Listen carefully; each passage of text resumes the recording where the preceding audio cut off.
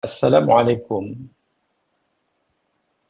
warahmatullahi wabarakatuh.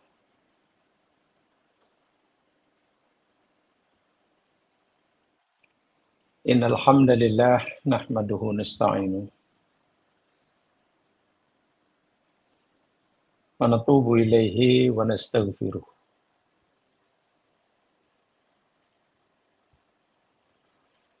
Wa na'udzu billahi min syururi anfusina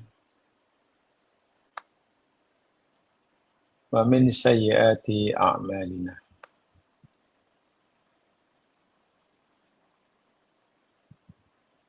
May yahdihillahu fala mudilla lahu wa may yudlil fala hadiya lahu.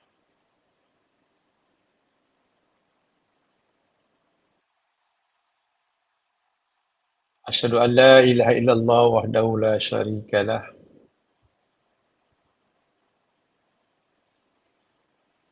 wa asyhadu anna Muhammadan abduhu wa rasuluh.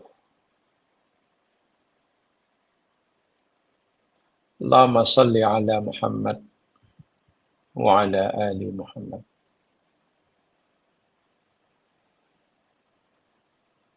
Allahumma inna nas'aluka ridhaka wal jannah wa na'udzu bika min sakhatika wa minan nar. Allahumma innaka 'afuwun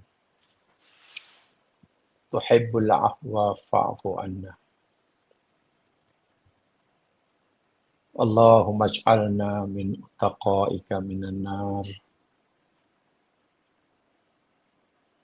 Rabbana waffiqna biqiyami lailati syahri ar-Ramadan.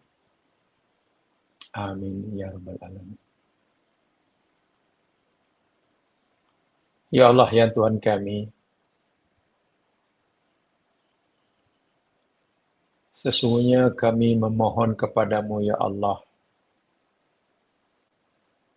keridhaan-Mu dan surga-Mu.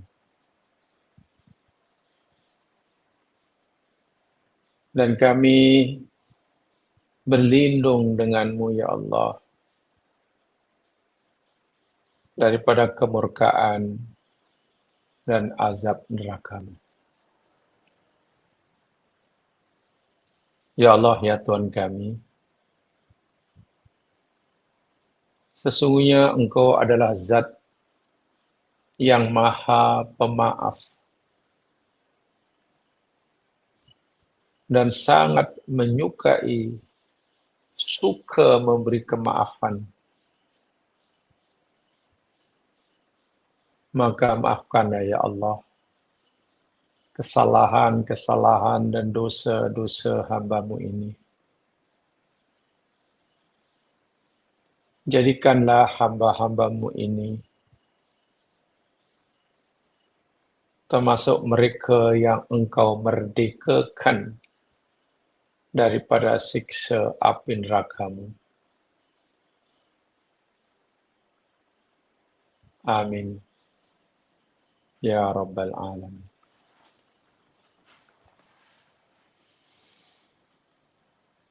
Para pendengar, saudara-saudaraku seiman dan seagama,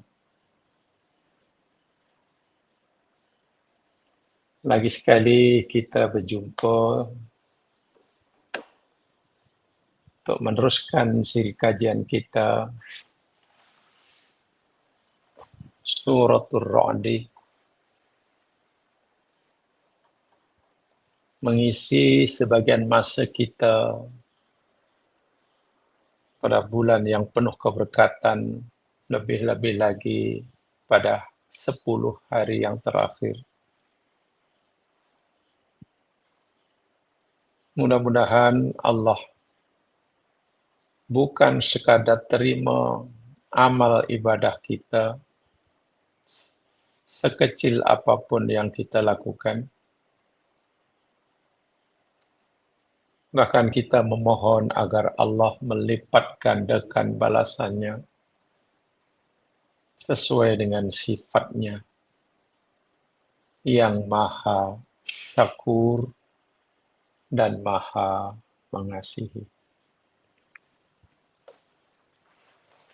Dengan syarat apa saja yang kita lakukan, sama ada dengan melakukan suruhannya atau meninggalkan larangannya, sama ada suruhan yang wajib maupun yang sunat, sama ada larangan yang haram maupun yang hanya sekedar makruh, kita lakukan semua itu semata-mata kerana mencari ridhonya.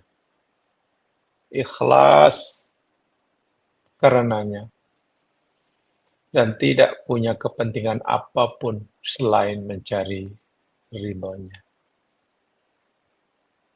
Tidak mudah memang, tapi kita wajib terus berusaha dan memohon pertolongannya. Amin. Ya Rabbal Alamin. Saudara-saudaraku seiman dan seagama, kita akan menyambung uraian dan kajian kita surah Ar-Ra'du. Dan hari ini kita akan teruskan kajian kita pada ayat yang kedua daripada surah Ar-Ra'du, di mana kesimpulan penting dan pengajaran penting daripada ayat pertama yang kita pelajari pada siri lepas. Sungguh pun kebenaran mutlak yang Allah sampaikan kepada nabinya yang maksum dengan pelbagai bukti yang nyata dan terang, dan al-haq yang Allah sampaikan pada Nabi yang didakwahkan oleh baginda pada kita itu kebenaran mutlak yang tidak ada ruang untuk kita meraguinya, apalagi menolaknya. Tapi Allah memberitahu kita pada akhir ayat pertama, tetapi kebanyakan manusia tidak mau beriman. Sehingga saya telah simpulkan pada penjelasan lepas, jika mereka tidak beriman, bukan kerana nilai kebenaran yang Nabi sampaikan itu belum sempurna, belum jelas, alasan belum cukup, sehingga masih memungkinkan ada manusia yang belum dapat memahaminya.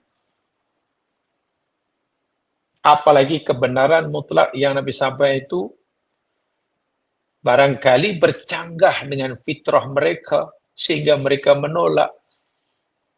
Sama sekali bukan karena itu.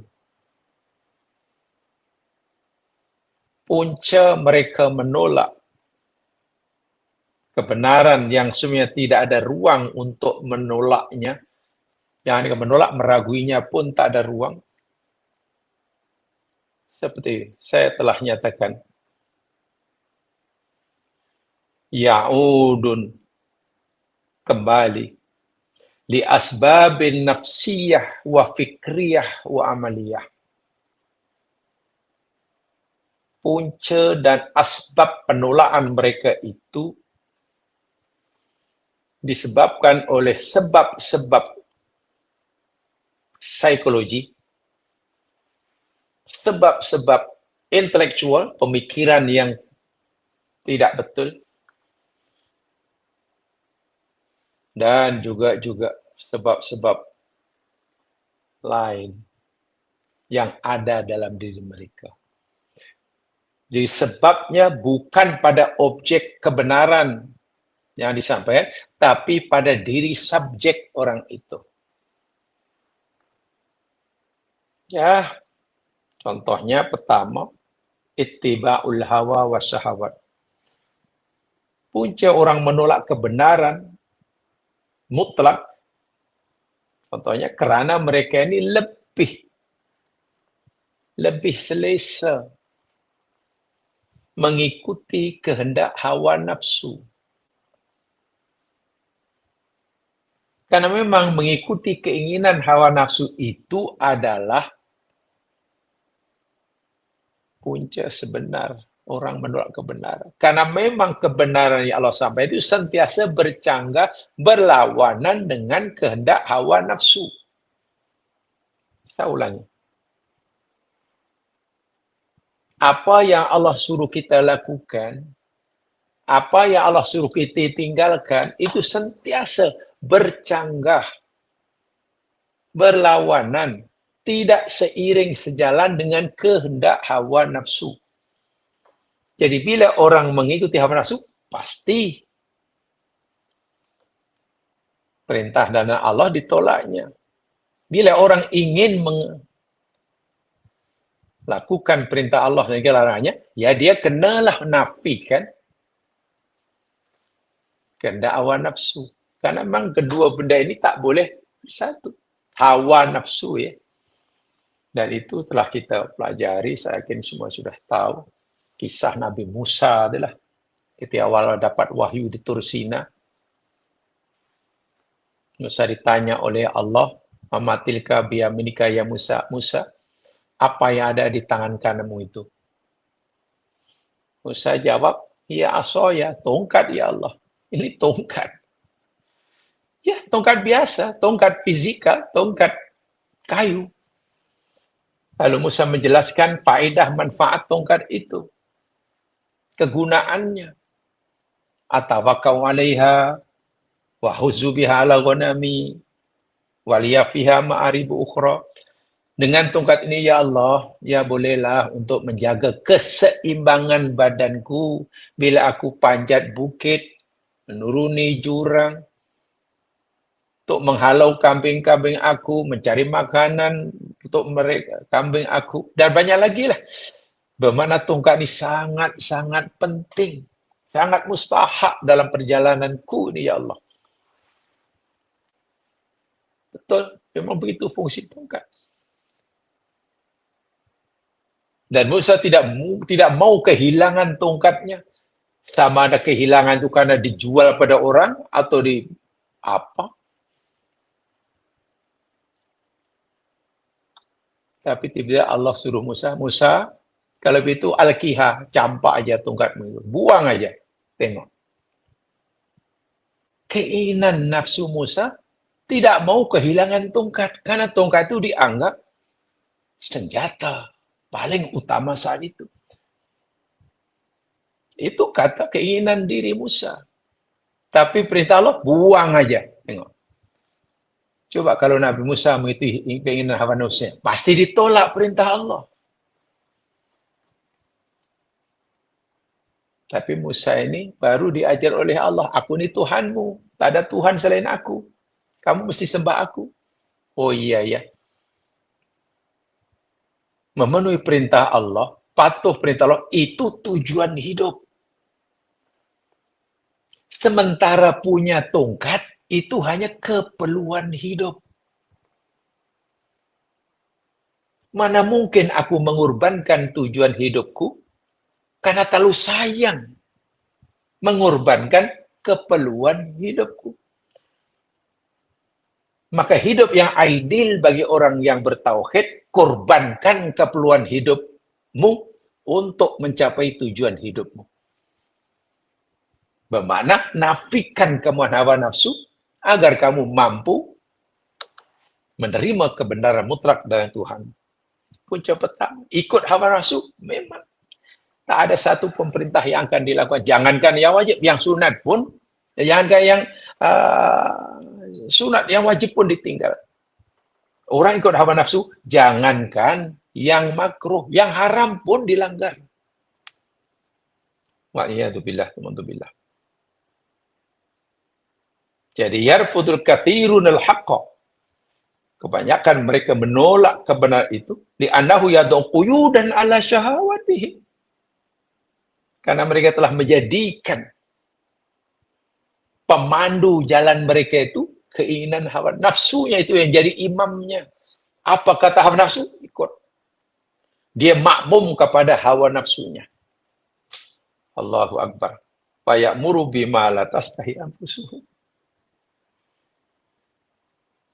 Dan apa akibatnya bila orang sentiasa ikut hawa nafsu sehingga menolak kebenaran? Ya, sombong leh. Al-istikbar wal inat. Angkuh, sombong, degil, keras kepala, arrogant, stubbornness. Dan ini puncanya. Tolak. Karena bagi mereka tak ada perlunya. Tidak ada manfaat. Menurut dia, menurut orang yang sombong, merasa tidak ada manfaat, kebaikan, buat apa yang Allah suruh. Dan tidak ada kerugian sedikit pun menurut orang yang sombong, yang tidak hawa nafsu, meninggalkan, melanggar larangan Allah. Bahkan melanggar larangan Allah, itulah dia yakini mendapat manfaat. Sombong itu luar biasa. Bila orang sudah sombong, itu patutlah orang yang dalam dia sombong tidak akan masuk surga. Nabi yang memberitahu kita, la yadkhulul jannata man kana fi qalbi mithqalu dzarratin min kibrin. Tidak masuk surga orang yang dalam hatinya sombongan walaupun hanya seberat darah. Allahu Akbar.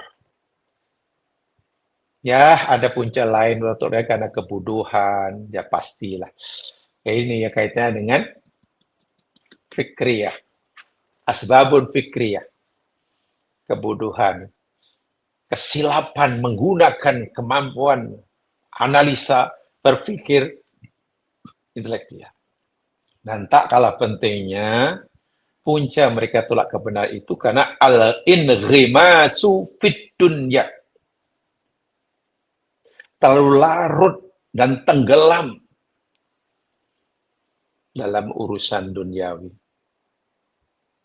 Bila orang sudah larut dalam kehidupan duniawi, sehingga dunia adalah segala-galanya, tawaran yang sehebat manapun yang Allah berikan tentang kehidupan akhirat, sedikit pun tidak akan menggiurkannya. Karena orang sudah terpesona dengan dunia dan isinya. Kebahagiaan yang hakiki adalah di sini. Siapa yang tidak bahagia di sini, menderita selama-lamanya. Kesengsaraan yang sebenar adalah sekarang dan di sini.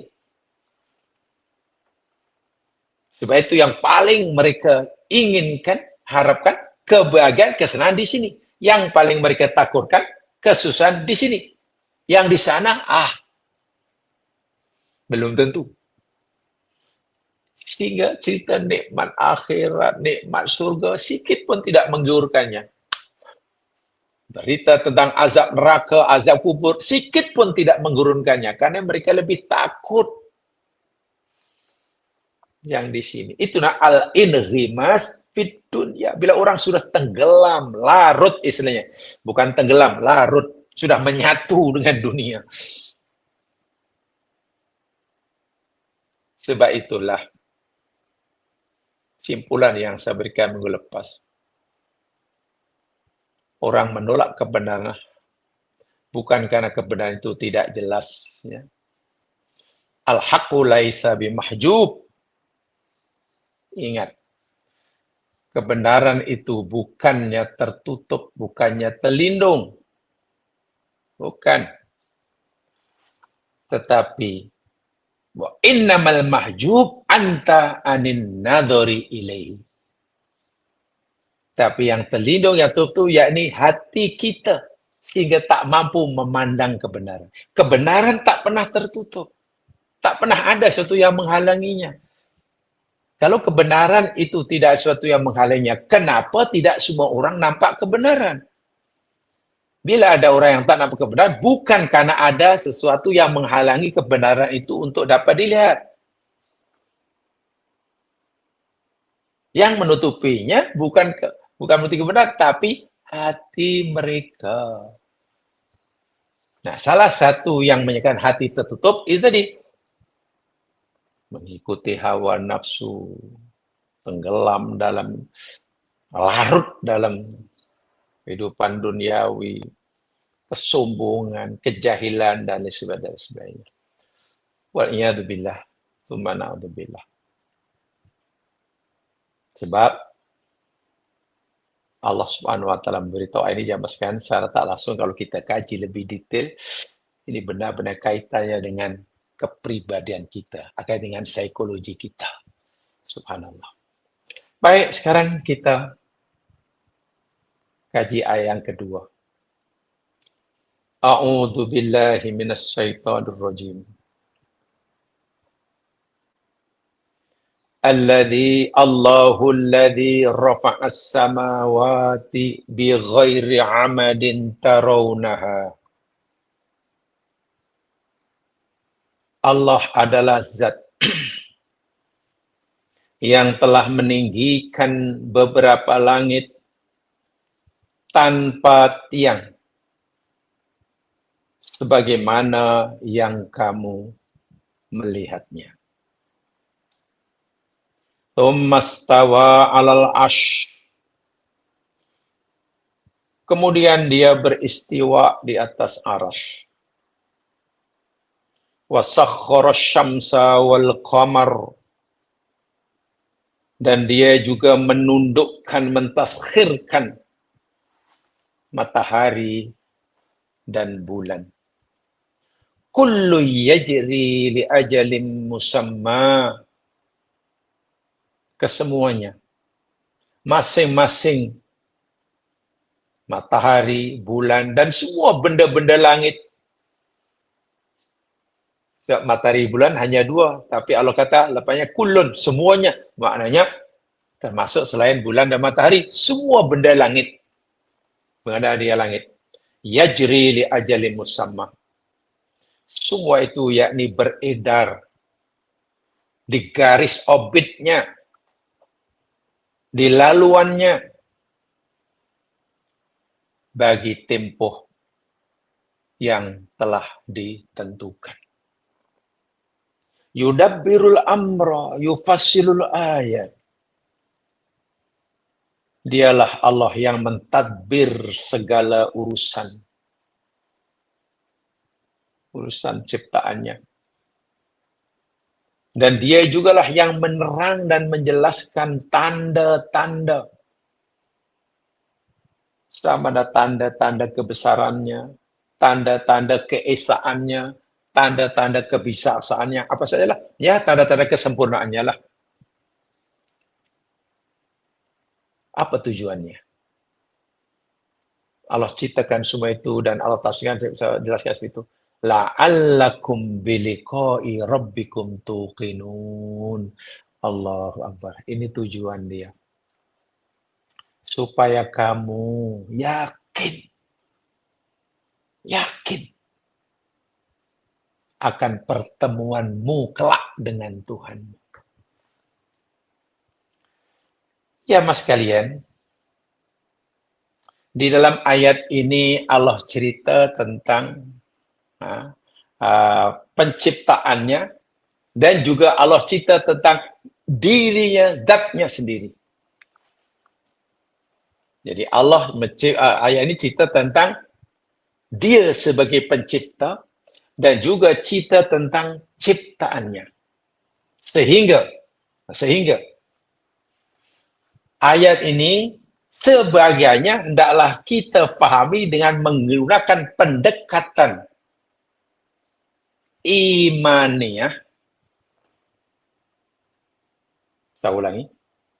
Karena dalam ayat ini Allah cerita tentang dia sebagai pencipta, bagaimana keadaan dia sebagai pencipta, sifat dia sebagai pencipta, dan Allah juga cerita tentang ciptaannya. Maka ayat ini hendaklah kita fahami. Pertama, kita tafsirkan dengan menggunakan pendekatan imaniyah. Pendekatan iman. Sudah, iman. Jadi kita kurang banyak menggunakan logik akal, kurang banyak menggunakan kecerdasan intelektual kita, tapi kita lebih banyak menyerahkan perkara ini kepada keimanan. Aman tuh. Sudah, kita sudah iman. Akal berhenti berpikir. Dan yang keduanya, dalam hal ini, kita akan tafsirkan dengan menggunakan pendekatan akliyah. Pendekatan ilmiah. Cara memahaminya, yakni kita dah lebih banyak menggunakan kecerdasan intelektual. Ilmiah. Bersifat kajian. Contohnya berkaitan dengan ayat-ayatnya. Baik. Bila Allah berfirman, Allah lah yang telah meninggikan langit tanpa tiang seperti kamu lihat, Allah cerita tentang ciptaannya. Keadaan ciptaan Allah, yakni langit dalam ini tanpa tiang. Nah, untuk memahaminya, adalah kita menggunakan tafsir, pendekatan tafsir kita, yakni pendekatan akliyah. Gunakan nikmat akal, pikiran, kecerdasan intelektual kita, IQ kita untuk memahami ini. Jangan kita tidak menggunakan ini, kemudian kita aman tu, ya Allah aku beriman, aku tak payah fikir, ya Allah aku tak payah kajilah, aku yakin kau berkuasa. Bukan. Memang kita yakin. Kenapa? Karena berdirinya atau dirinya langit tanpa tiang, itu Allah suruh kaji. Allah suruh kaji. Jadi, ayat-ayat yang Masya Allah, sifatnya kajian. Akal mampu memahaminya. Mata mampu memandangnya. Bahkan telinga mampu mendengarnya istilahnya. Jadi pendekatannya pendekatan akliyah. Adapun nanti sumastawa alal arsy, Allah istiwa di atas aras, itu Allah cerita tentang keadaan zatnya. Itu pendekatan tafsirnya, pendekatan imaniyah. Kita tidak perlu banyak menggunakan akal untuk mengajarkan ini. Yakin saya sudah, serahkan pada Allah, sudah, selesai. Tapi kadang-kadang kita ini kadang tersilap juga.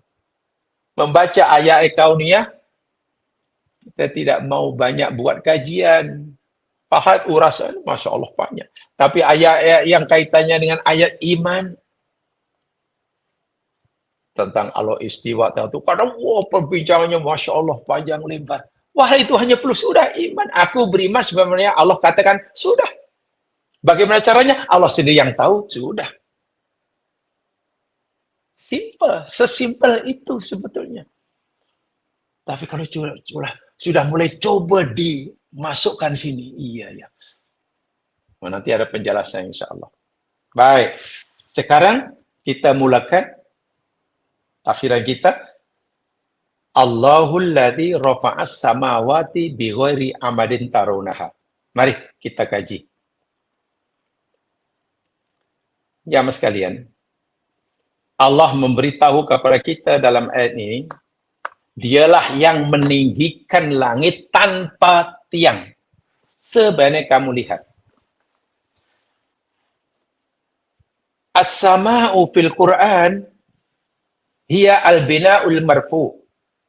Pertama saya sampaikan apa itu langit.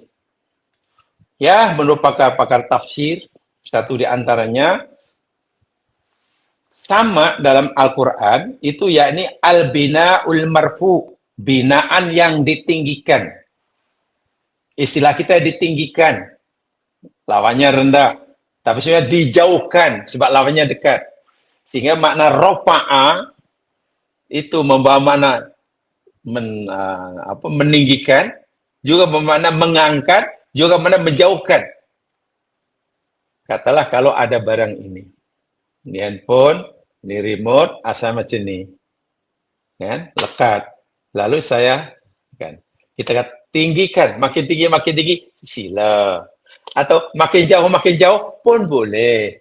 Jadi rafa'ah itu maknanya memberi maksud begini. Asalnya berdekat, kemudian kita makin jauhkan.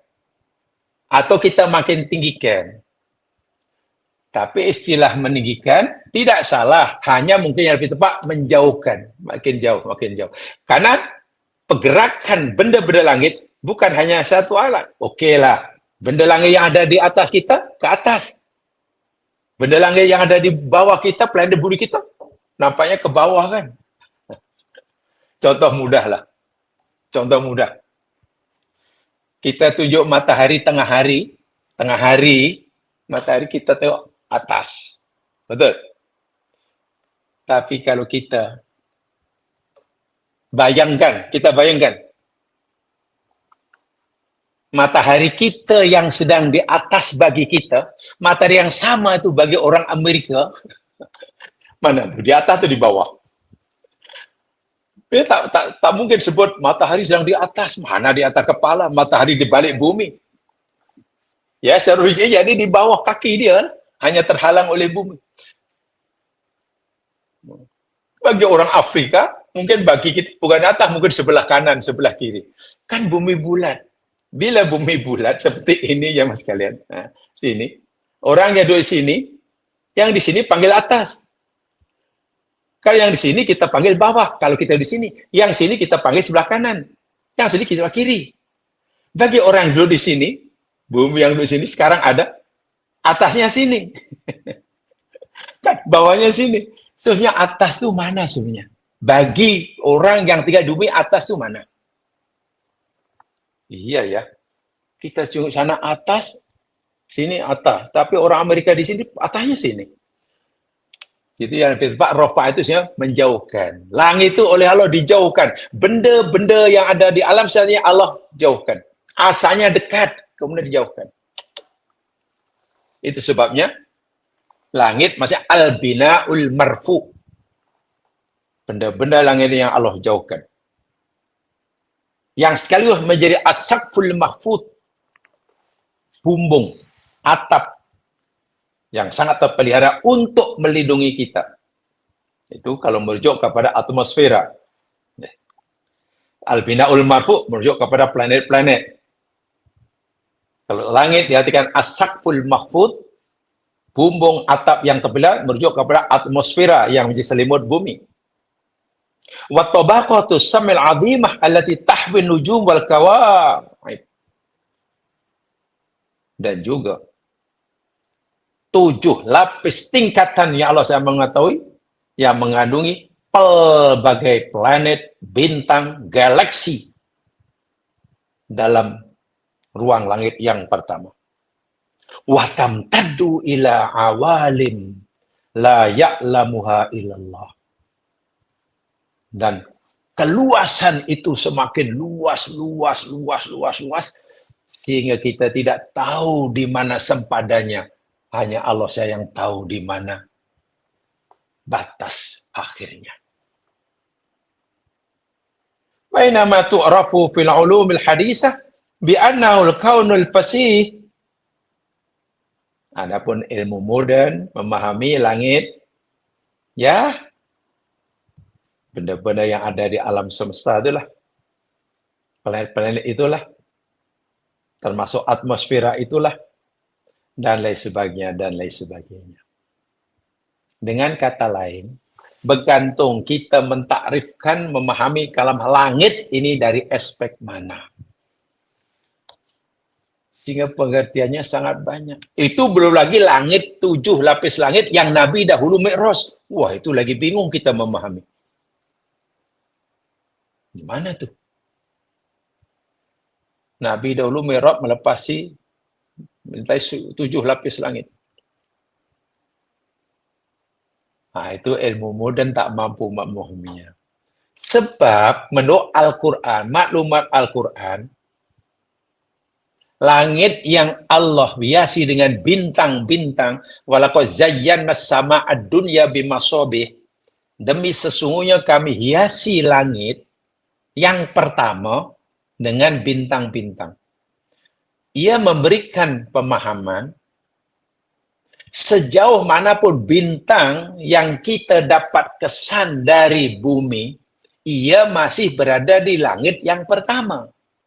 Karena yang dihias oleh Allah dengan bintang hanya langit pertama. Langit kedua, ketiga dalam Quran tidak ada penjelasan di sana ada bintang-bintang. Bermakna Sejauh manapun bintang atau planet atau galaksi yang kita dapat kesan dari bumi, menurut maklumat Quran, ia masih berada di ruang langit pertama. Sedangkan ilmu moden memberitahu kita maklumat, bintang yang telah dikesan berada sangat jauh daripada bumi. Tepatnya yakni galaksi. Gugusan bintang yang telah dikesan berada paling jauh daripada tempat kita. Itu ditemukan tahun bila ya? 2004 ke apa? 20. Ya, tahun abad 21 oleh NASA. Hasil cerapan teleskop Hubble dan Spitzer. Jarak planet atau galaksi itu dengan bumi kita berapa kilometer jaraknya? Bukan lagi kilometer. Jaraknya ini 13,7 bilion tahun cahaya. Masya Allah. Maknanya cahaya dia baru sampai ke bumi kita, atau kalau kita tembakkan cahaya dari bumi,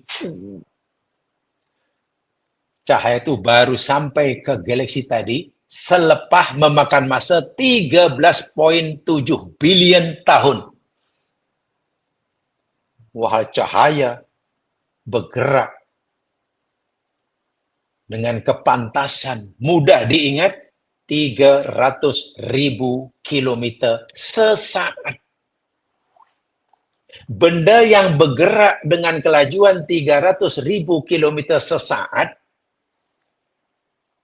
baru akan sampai ke destinasi yang dituju selepas 13,7 bilion tahun. Lalu berapa? Dan itu masih ruang langit yang pertama. Lalu di mana langit kedua, ketiga, keempat, kelima, ketujuh? Allahu Akbar.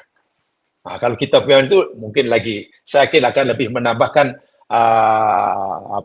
akan mengubah persepsi kita tentang langit mungkin yang selama ini kurang tepat. Caranya dikaji betul-betul ya. Baik, yang ingin saya sampaikan di sini yakni langit yang berkaitan yang dimaksudkan yakni al-binal marfud, merujuk pada planet-planet yang ada. Benda-benda yang ada di ruang angkasa kita ini. Planet ke, matahari ke, bintang ke, galaksi ke. Menurut ayat ini jamaah sekalian,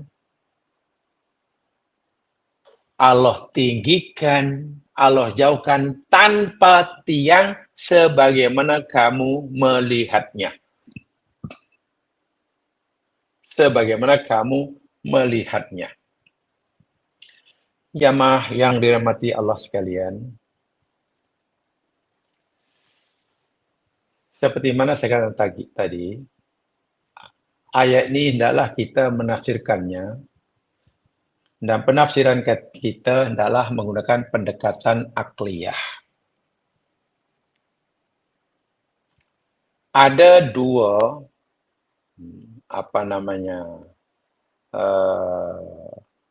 ayat yang bicara bahwa langit ditinggikan atau benda-benda langit dijauhkan antara satu dengan yang lain tanpa tiang.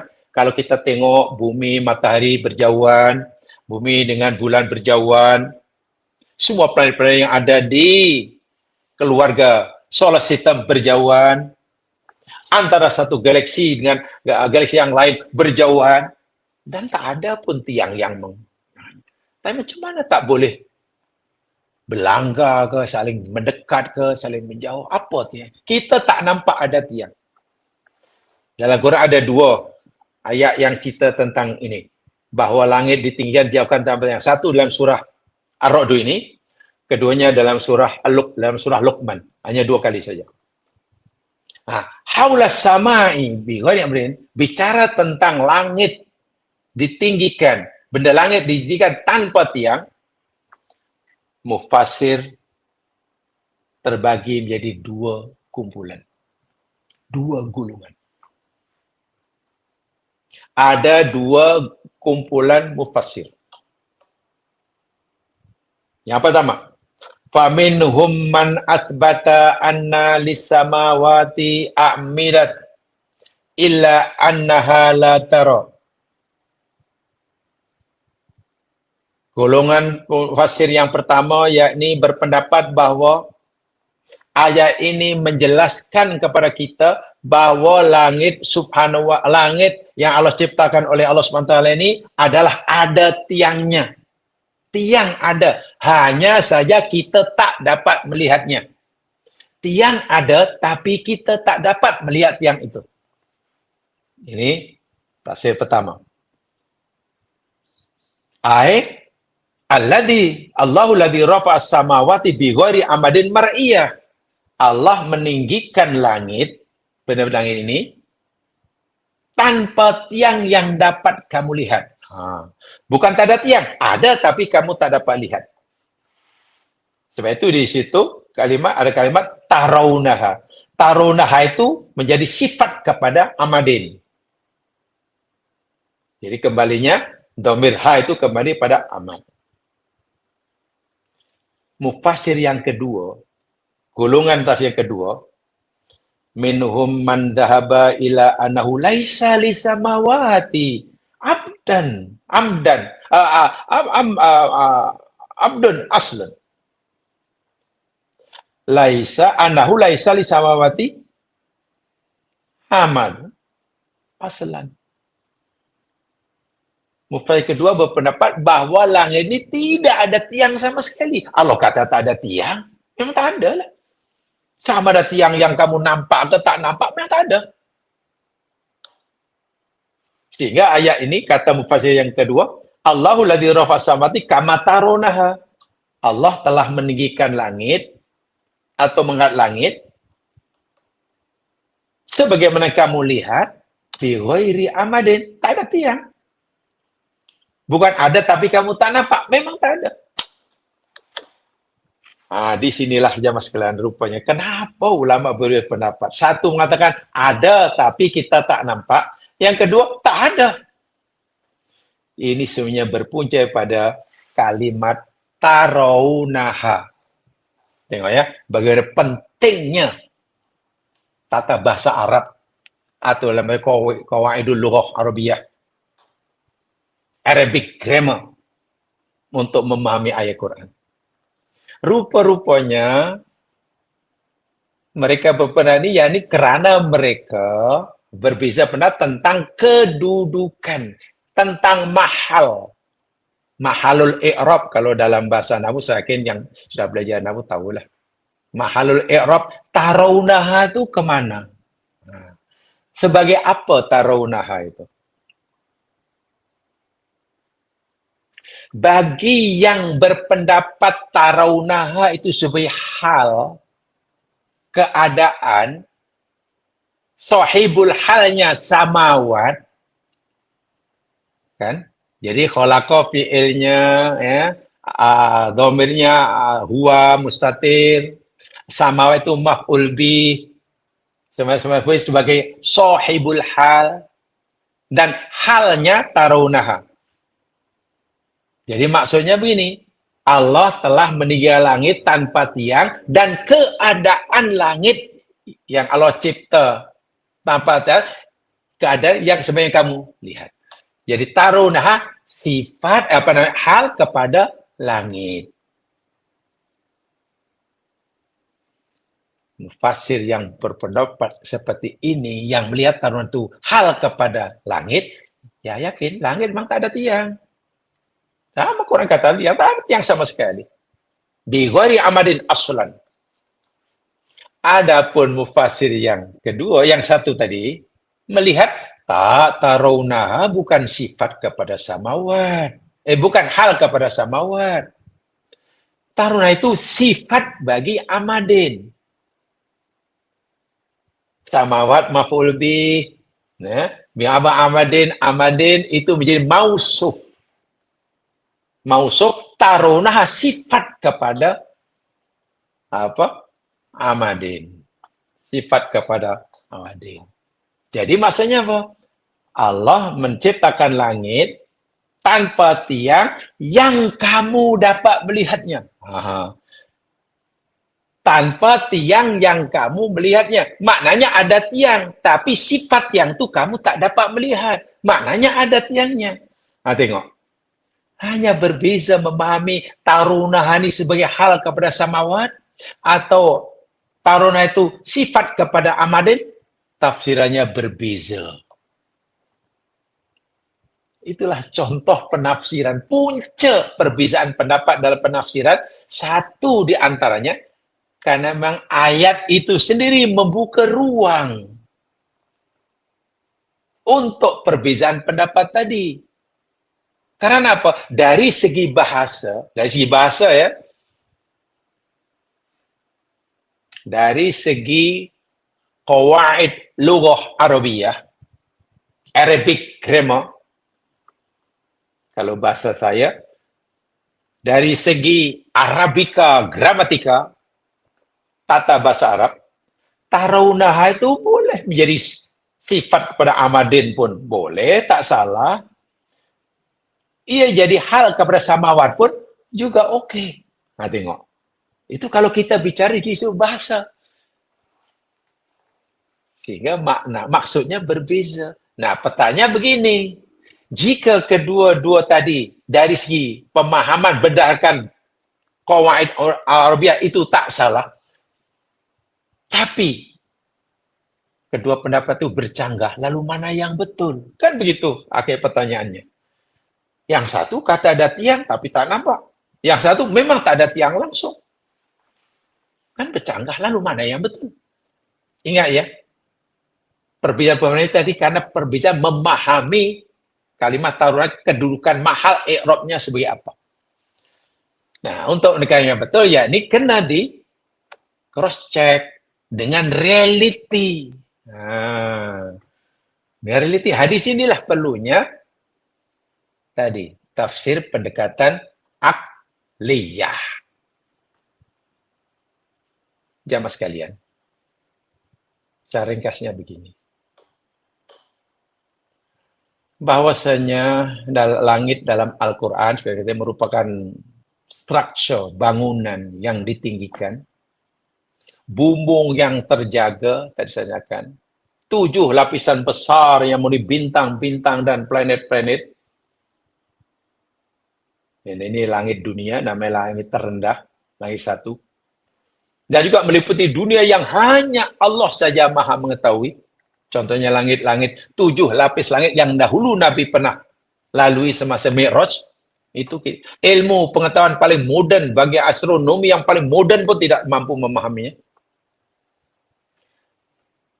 Manakala menurut kajian sains, khasnya kajian yang berkaitan dengan astronomi ke, berkaitan dengan kosmologi ke, berkaitan dengan astrofisik ke, sebab ada 3 ya. Ilmu yang berkaitan dengan alam semesta, ilmu moden, secara umum hanya ada 3 saja. Berkaitan dengan kosmologi, itu ilmu yang mengkaji tentang asal muasal, asal usul benda-benda langit ini macam mana. Takkan tiba-tiba macam tu. Mesti ada asal usulnya. Nah, ilmu yang kaji itu namanya kosmologi. Ada ilmu yang kaji tentang sifat karakter benda-benda langit karena tidak sama. Keadaan bumi dengan keadaan matahari tak sama. Keadaan Jupiter, Saturnus tidak sama. Dan lain sebagainya. Nah, itu astrofisik yang paling besar cakupannya dan paling banyak manfaatnya bagi kita. Ilmu yang kaji tentang pergerakan alam semesta. Karena alam semesta yang tidak ada yang diam. Jaraknya dan sebagainya, umurnya, namanya astronomi. Nah, berdasarkan ilmu modern, paling tidak ada 3 ini, sama ada kosmologi, astrofisik atau astronomi, ya, alam semesta yang luas ini termasuklah dipanggil jirim gelap. Sains menemukan, sains meyakini adanya, walaupun belum mengetahui hakikatnya, namanya jirim gelap. Mereka kata dark matter. Dan juga ada energi gelap, namanya dark energy. Dan juga atmosfer. Apa maksudnya? Begini. Kalau kita lihat dalil-dalil Al-Quran. Contohnya, umpamanya di dalam surah Ar-Rahman ayat 7, Allah berfirman jelas sekali. Ar-Rahman ayat 7. Ingat ya, keratan pertama ini penafsirannya pendekatan ilmiah, pendekatan saintifik, pemahaman akliyah. Jadi bersifat ya kajian-kajian lah, khasnya oleh mereka yang mampu. Berdasarkan studi-studi bandingan, mereka bersifat empirikal. Kita yang tak mampu mengkaji, tapi apa salahnya kita peruntukkan masa untuk membaca hasil kajian mereka yang mampu. Ini mustahak bagi setiap muslim. Kita memang tidak pakar dalam perkara itu. Tapi sekarang kita punya peluang dan ruang untuk mengkaji, membaca hasil kajian orang-orang yang menguasai dalam bidang ini. Dan itu mustahak untuk meningkatkan kefahaman kita terhadap Al-Quran. Sebab seringkali Al-Quran yang berkaitan ayat kauniyah, orang lalu itu aja. Orang muslim lalu, wal hadis itulah, Masya Allah. Allah sedang menunjukkan kekuasaannya, Allah menunjukkan kehebatannya, kesempurnaannya, keesaannya, itu dalam alam semesta. Macam mana kita memahami kebijaksanaan Allah? Bagaimana kita akan memahami kelembutan Allah? Macam mana kita memahami maha agungnya Allah, maha esanya Allah? Kalau kita tidak mengkaji ciptaannya.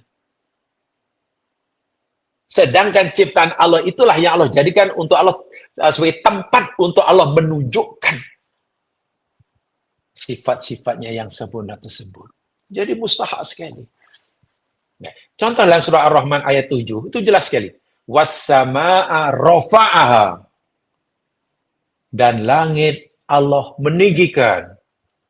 Langit Allah mengangkat. Atau dalam bahasa langit, benda langit Allah saling jauhkan antara satu dengan yang lain.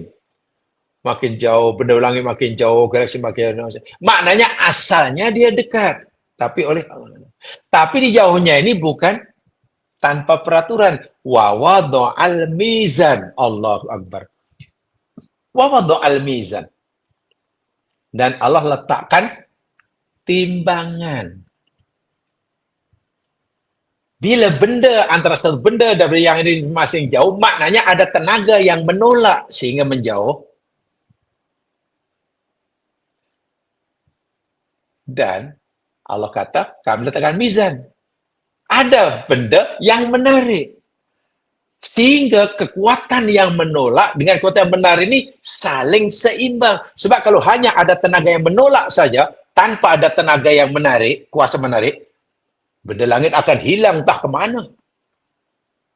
Makin berjauhan, makin bercerai-berai.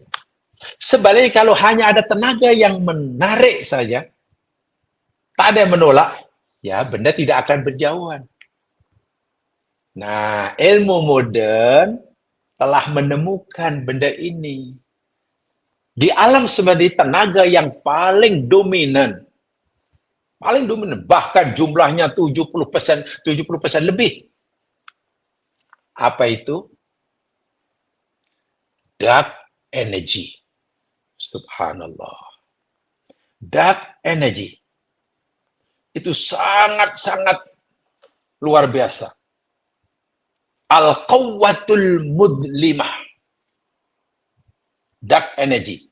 Kekuatan yang menolak. Sehingga antara satu benda dengan benda di alam saling berjauhan. Karena ada tenaga yang menolak. Tenaga yang menolak ini saintis mengatakan dark energy. Al-Quwwah Al-Muzlimah. Jumlahnya 70% dalam alam semesta. Mereka meyakini kewujudannya, tapi mereka belum dapat memahami hakikatnya. Sehingga saintis ini pelik juga, memang sekalian. Bila ia belum mengetahui hakikatnya, tapi meyakini kewujudannya, karena kesannya boleh dipahami, mereka bagi nama yang, ya ada dua ya. Nama yang diberikan oleh saintis bila mereka tidak mengetahui hakikat sesuatu.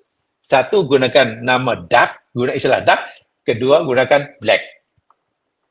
Energi yang gelap dan dark energy. Lohong yang tak ketahui hakikatnya dipanggil black hole. Ya kalau tidak black, dark. Itu aja. Hanya dua aja. Itu mereka yang mereka sendiri sebenarnya bingung. Tak apalah. Bingung tak apa. Sekurangnya sudah yakin ada. Karena tidak semua benda yang kita yakini kita mampu menunjukkan bukti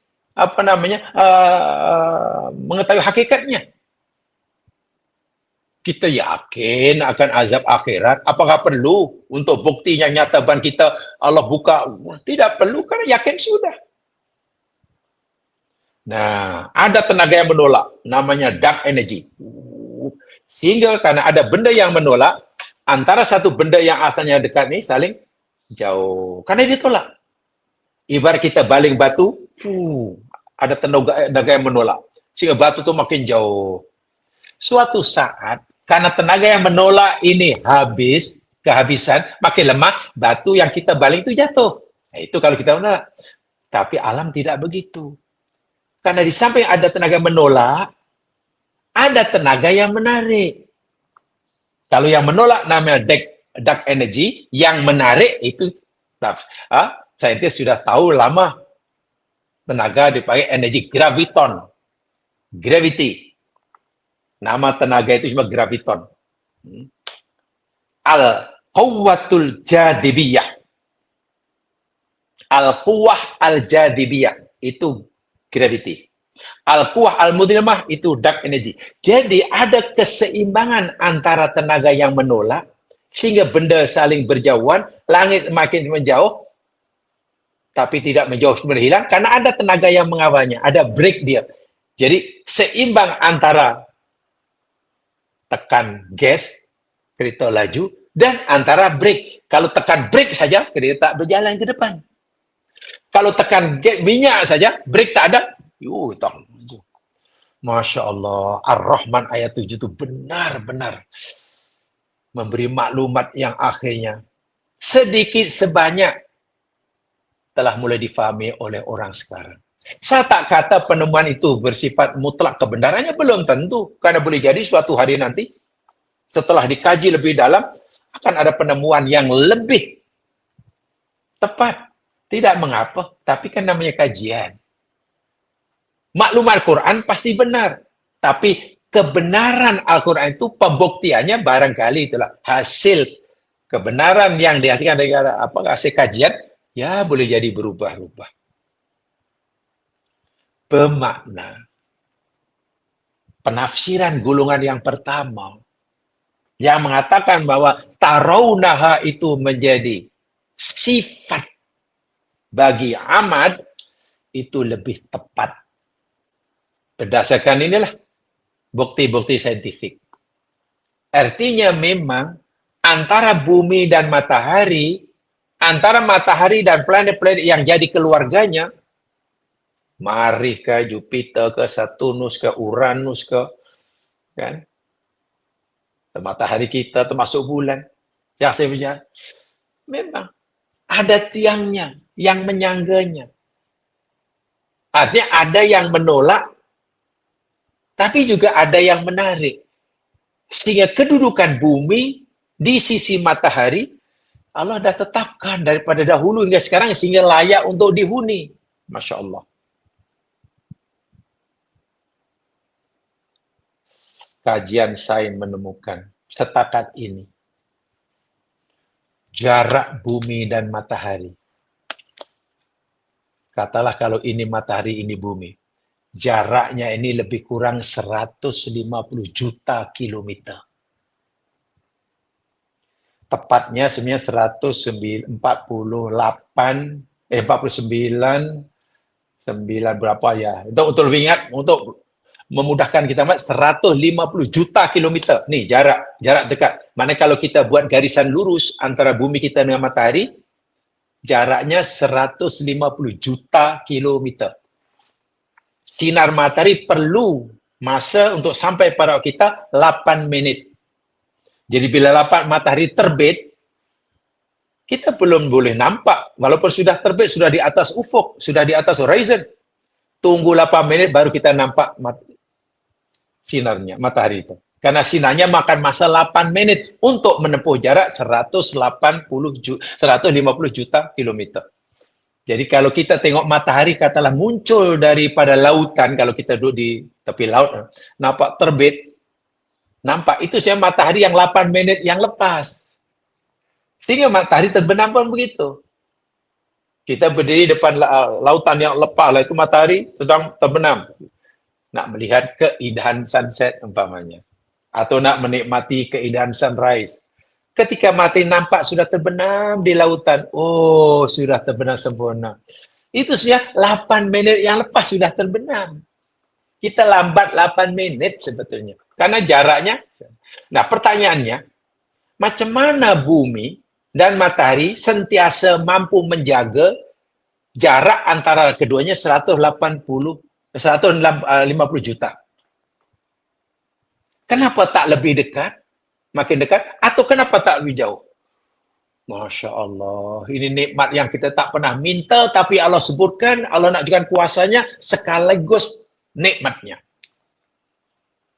Bahasa mudah, tujuan Allah mencipta alam semesta. Pernah kita kaji dahulu. Allah nak memberikan betapa azamatu mulkihi, Allah nak memberikan keagungan kekuasaannya, sekaligus menunjukkan kebesaran nikmatnya. Jawab sekalian, jika bumi kita katalah jaraknya, katalah tidak 150 juta kilometer. Bumi makin dekat dengan matahari, katanya, makin dekat, menjadi 140 juta, 130 juta, 120 juta. Sehingga 100 juta kilometer, itu terbakar bumi kita. Terbakar. Bila makin dekat dengan matahari, terbakar. Panas luar biasa, tak ada kehidupan di bumi. Sekarang bagaimana jika bumi makin jauh? Tidak lagi 150 juta, tapi menjadi 160 juta, 200 juta, 100, bumi membeku. Dan bila planet bumi membeku, tak ada kehidupan yang hidup juga. So macam mana bumi boleh? Nah, cara bumi menjaga keseimbangan, mizan. Mizan. Kan Quran kata ba'du al-mizan tadi. Bumi kena pandai. Bumi ada graviti. Iya. Matahari ada graviti. Iya. Tapi sains mengatakan benda-benda langit yang makin besar saiznya, maka gravitinya pun makin besar. Sehingga graviti yang dimiliki oleh matahari, bila dibandingkan graviti yang ada di bumi, ya berbezalah, matahari lebih kuat. Kemampuan menyedot, menariknya lebih kuat dibanding bumi. Jadi macam mana supaya bumi yang gravitinya tidak sekuat matahari, tidak tersedot, terheret dekat matahari? Bumi kena berpusing. Kena berpusing. Sama ada berotasi di faksinya, dengan sekali pusingan 24 jam sehari semalam, menyebabkan siang dan malam, atau bumi berevolusi mengelilingi matahari, sekali pusingan 365 hari, 1 tahun. Kenapa bumi berpusing? Nah, pusing ini untuk menjaga mizan tadi. Jangan sampai graviti bumi terus kalah dengan itu. Contoh mudah. Jawab sekarang, kalau kita bawa kereta, depan itu ada roundabout, atau kita depan itu ada simpang 3, lalu kita corner simpang 3, atau kita corner ke kiri, atau ke kanan. Masa kita corner ke kiri, kalau kita berkereta sangat laju, agak-agak kereta kita, bodi kereta kita, atau badan kita sebagai driver, terasa tercampak keluar atau ke dalam. Pasti terasa tercampak ke keluar kan. Jadi kalau kita katalah bawa kereta pusing ke kiri sangat laju, badan kita atau kita terasa tercampak ke kanan. Keluar masuknya. Luar jadi pada center point lah. Kalau kita kelilingi roundabout, katalah kita sangat laju, kita tercampak keluar. Seakan-akan. Jadi agar kita tidak terlalu tercampak keluar, ya slow lah. Bumi berpusing. Kalau pusingan bumi katalah lebih laju. Sehari semalam bukan 24 jam. Tapi sehari semalam 12 jam. Sekali pusingan 10 jam.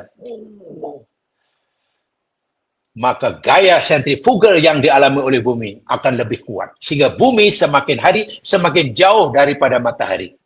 Bila bumi semakin jauh daripada matahari, bumi akan makin sejuk. Musnahlah sudah kehidupan. Sebenarnya kalau bumi lambat berpusing, slow, sepatutnya 24 jam sehari satu pusingan. Ini 48 jam. 60 jam sekali pusingan, slow sangat. Bila slow sangat, bumi tak mampu mempertahan dirinya daripada graviti matahari. Lama-lama bumi bukan jauh, bukan jauh, tapi makin dekat. Bila makin tersedut dengan matahari, makin dekat, tidak lagi 150 juta kilometer, mungkin menjadi 120 juta, bumi terbakar. Tengok. Jadi ada sebenarnya tenaga yang menjadi tiang nih, yang menjaga sehingga tak boleh jauh, tak boleh makin dekat. Tapi kita tak nampak tenaga itu. Energi itu tak nampak. Bak kata Quran, tarawunaha. Yang sampai kamu nampak macam tak ada apa-apa. Hanya yang boleh difahami gravitonnya. Gravitinya sudah difahami. Yang dark energinya belum dapat diyakini kewujudannya, tapi belum dapat diketahui hakikatnya. Ada apa sebenarnya di alam semesta? Itu saintis-saintis yang kafir meyakini itu. Karena kita membaca kajian mereka ini, kagum. Bukan kagum pada mereka, lebih kagum pada Quran. Quran memberitahu kita, was-samaa'a rafa'a wa wada'al mizan. Lalu yang berusaha sangat membuktikan kebenaran bukti benar ayat itu, justru orang-orang kafir. Mereka hanya tak percaya apa kata Quran dengan lidahnya, tapi usaha mereka, perbuatan mereka, sanggup melakukan belanja yang tidak sedikit. Tanpa mereka sedari, mereka sedang berusaha untuk membenarkan apa kata Quran. Subhanallah, disinilah nilai mukjizat Al-Quran. Jadi ayat pertama ini, saya ulangi sekali, pendekatannya yakni dengan pendekatan saintifik. Pendekatan ilmiah. Pendekatan akliyah. Wasama'a rafa'aha wasawa rafa'aha atau rawa samawati, itulah Allah meninggikan. Karena fakta sains menunjukkan. Karena Allah kata ada keseimbangan ya. Wa wada'al mizan. Jadi gravity ada semacam al-quwah al-jadidiyah wat tawazunul kauni. Kalau dalam bahasa Arab. Jadi ada satu energi gravity, dan at-tawazun al-kauni.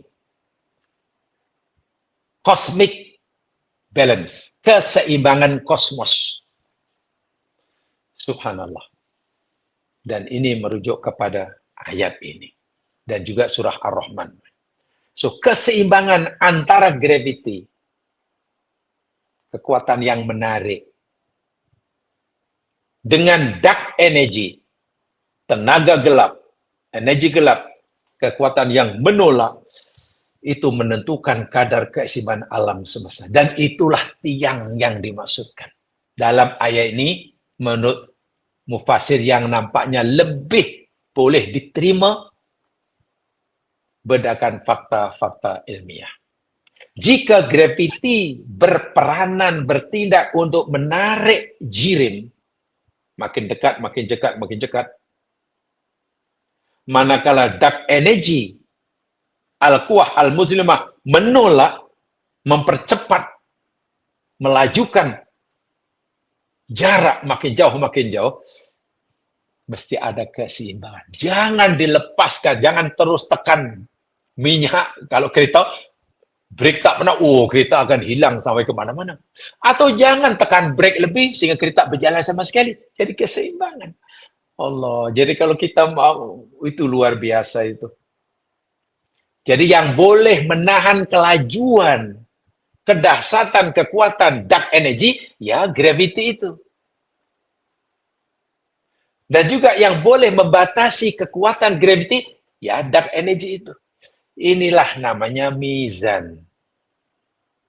Walaupun pada masa ini dark energy sangat mendominasi, menyebabkan alam semesta ini berkembang sangat-sangat pantas. Sangat pantas. Inilah yang sekalian. Jadi, kajian-kajian saintifik telah membuktikan bila Allah berfirman, Dialah yang menikan langit tanpa tiang sebagaimana yang kamu lihat. Ketiadaan tiang fisikal. Ketiadaan tiang fisikal.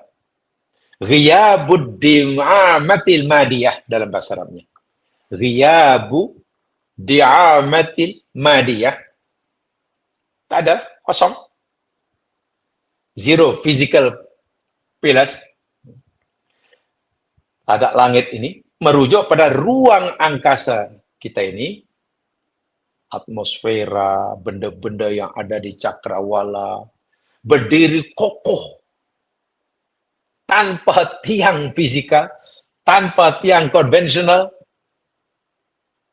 tanpa sokongan struktur fisika yang boleh kita lihat dengan mata kasar. Ya, betul.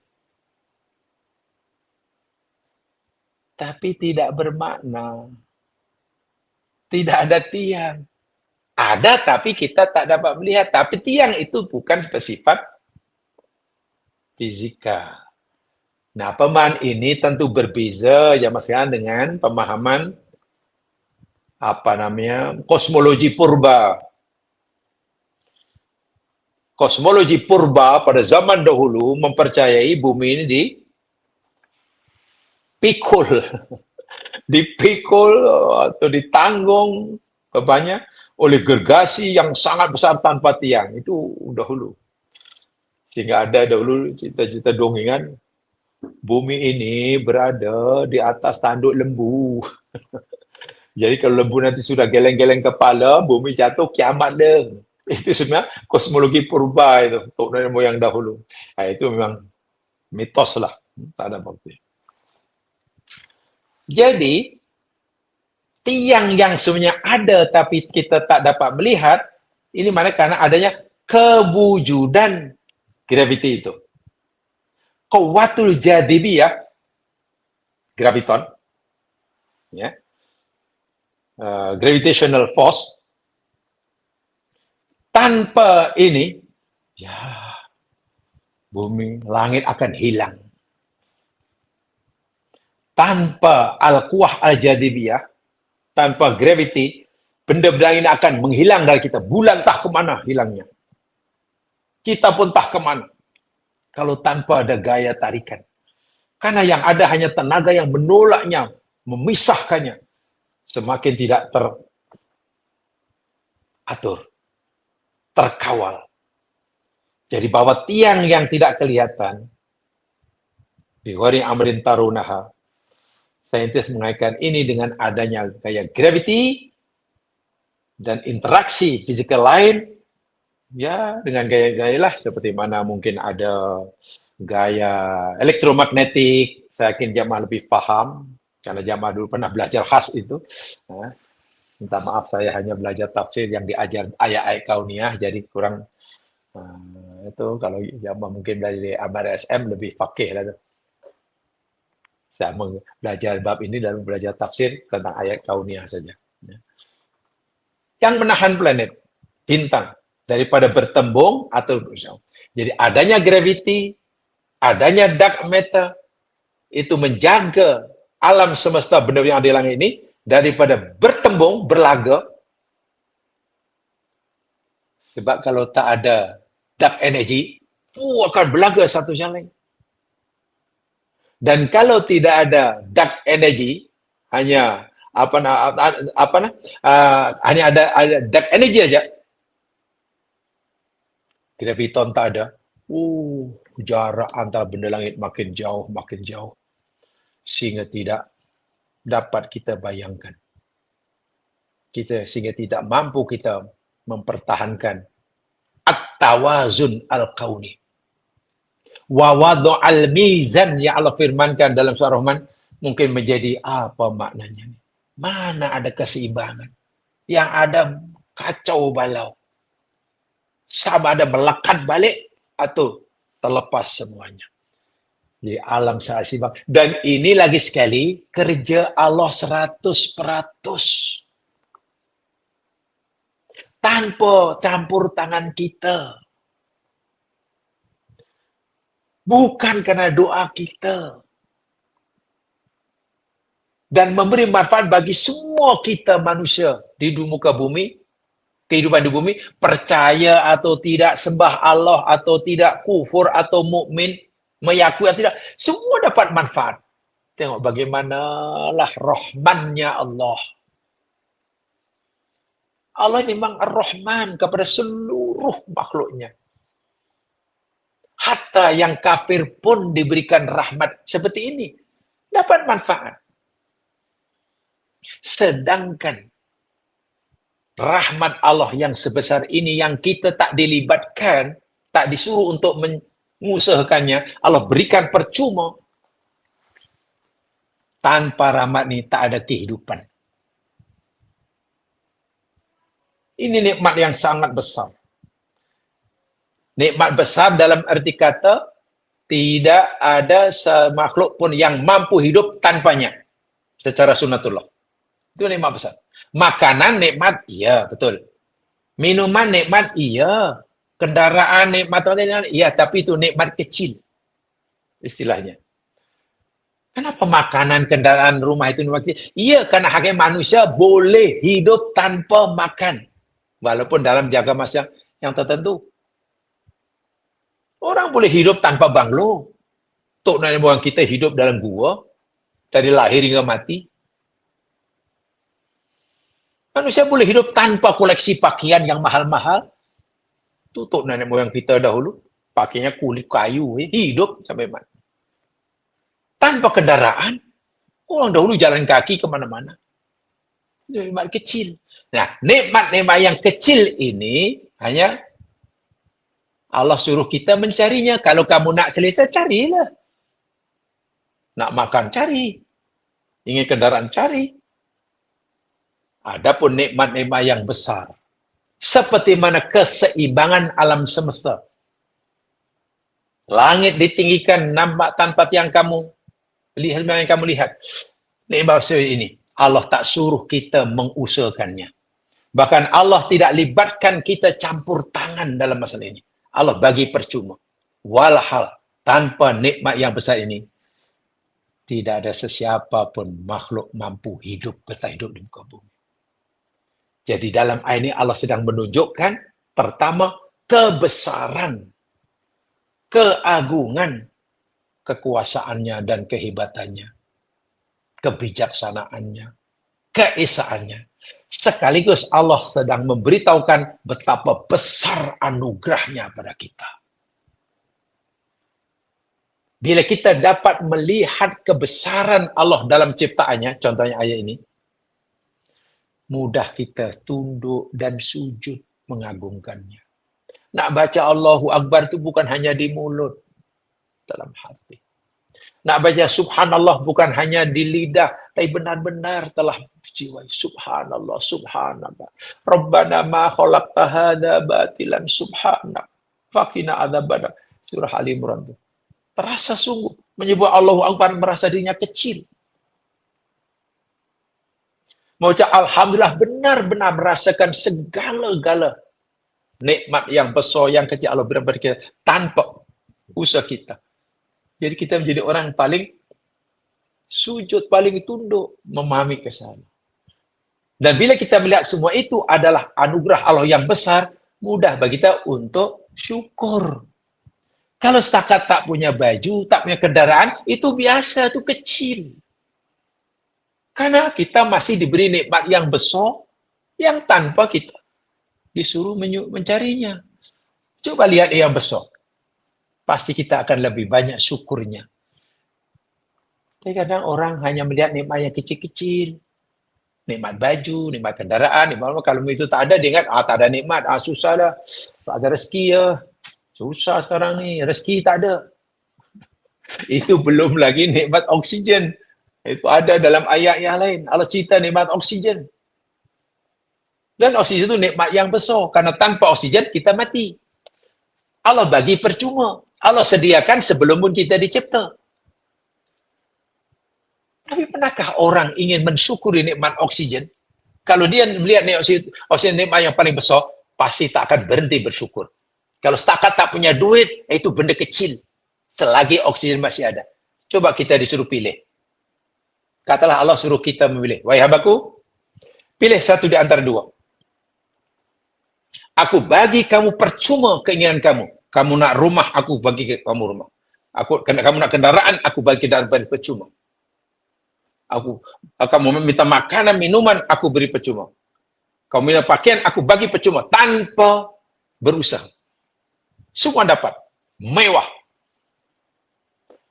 Tapi dalam oksigen, kamu kena cari sendiri. Kena buat sendiri. Mana agak-agak yang kita pilih. Kita pilih Allah bagi oksigen percuma tanpa kita berusaha. Sementara untuk kendaraan, rumah, pakaian kita mencari sendiri susah payah. Ya pasti nikmat yang kecil lah. Kita pilih ya Allah. Yang besar-besar bagi percuma ya Allah. Nampaknya kalaupun kami mewah, duduk rumah yang besar, tapi kalau oksigen terpaksa cari sendiri, tak tahulah macam mana lah. Macam mana nak buat oksigen. Tak cukup. Mati kita. Jadi lihatlah nikmat yang besar. Nikmat dunia maksud saya. Jadi nikmat dunia ada nikmat besar, nikmat kecil. Walaupun nikmat paling besar, iman lah. Tapi untuk kita dapat iman, kita kena dapat nikmat dunia dahulu. Kalau Allah tak hidupkan kita di dunia, mana kita dapat nikmat iman? Namanya nikmat ijab dahulu. Itu dalam kisah yang lain. Jemaah sekalian. Memang tidak sesederhana sepatutnya kita memahami ayat seperti ini.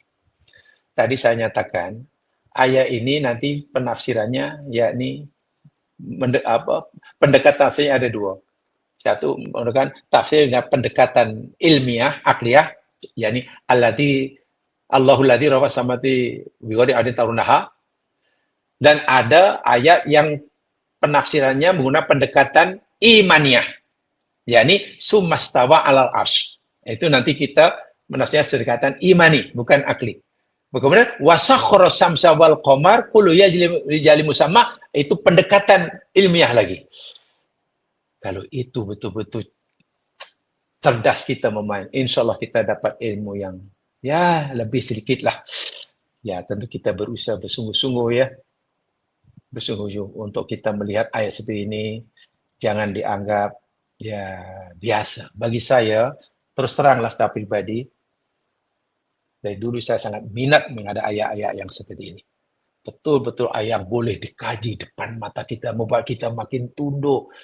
Jadi menyebut bab kata surah Ali Imran tu, kita alladzina tafakkaruna fi khalqis samawati wal ard rabbana ma khalaqta hadza batila subhan. Itu betul-betul kita tidaklah mampu mengamalkannya. Bukan hanya menghafal ayat itu. Bukan sekadar tahu hadisnya bahwa Nabi malam hari bangun nak qiyamul lail, sebelum qiyamul lail baca ayat itu. Ya itu sudah jelas lah, itu berita. Tapi macam mana nak mengamalkannya? Takkan mengamalkannya hanya karena bangun malam sebelum tahajud kita baca inna fi khalqis samawati wa tu. Ya sebab Nabi buat. Takkan begitu cara mencontohi Nabi. Belum cukup lah. Belum cukup. Itu ayat Quran kita hanya Nabi bangun membaca itu, kita kena bangun, itu sunnah Nabi. Iya, itu betul sunnah Nabi. Tapi takkan berhenti di situ. Jadi nanti gaya hidup kita tak akan berubah. Apalagi sampai dapat menjiwai kalimat Rabbana ma khalaqta hadza batila. Itu bukan ucapan kosong. Itu bukan zikir kosong. Itu ucapan yang keluar dari hati yang sudah dipenuhi dengan rasa kagum. Karena melihat dengan terang kuasa Allah, nikmat Allah dalam ciptaannya. Dengan memahami ayat-ayat kauniyah yang dipahami dengan menggunakan pendekatan akliyah ilmiah. Ini mas sekalian, mudah-mudahan apa yang kita beri selama ini memberi manfaat khasnya bagi saya. Alhamdulillah kalau dapat berkongsi bersama. Dan karena ini yang merupakan hari terakhir kita mengadakan episode ini, selama kita belajar tentu saya banyak melakukan kesilapan, kekurangan, kesalahan kita terhadap Allah. Kita mohon agar Allah ampunkan kesilapan, tutur kata, tingkah laku atau apa saja salah kita. Mari kita sama-sama saling membuka diri untuk memaafkannya, sehingga benar-benar kita tidak punya bebanan. Dengan Allah tak ada bebanan, dengan sama kita tak ada bebanan. Bersih, dan itu yang kita harapkan. Jadi kurang lebih mohon dimaafkan. Selamat menjadi ibadah Ramadan. Mudah-mudahan segala amal kita diterima, diampun segala dosa, dimasukkan Allah kita ke dalam hamba yang utaqai minan nar, hamba Allah yang dia merdekakan dari api neraka. InsyaAllah, bila izin Allah, kita akan berjumpa dalam kisah yang lain. Sampai jumpa. Subhanakallahumma bihamdika. Asyhadu an la ilaha illa anta. Astaghfiruka wa atubu ilaik. A'udzu minasyaitonir wal as. Innal insana fi khusr. Illa alladziina aamanu wa 'amilus shalihaat. Wa tawassaw bil haqq. Wa tawassaw bis sabr. Assalamualaikum warahmatullahi wabarakatuh.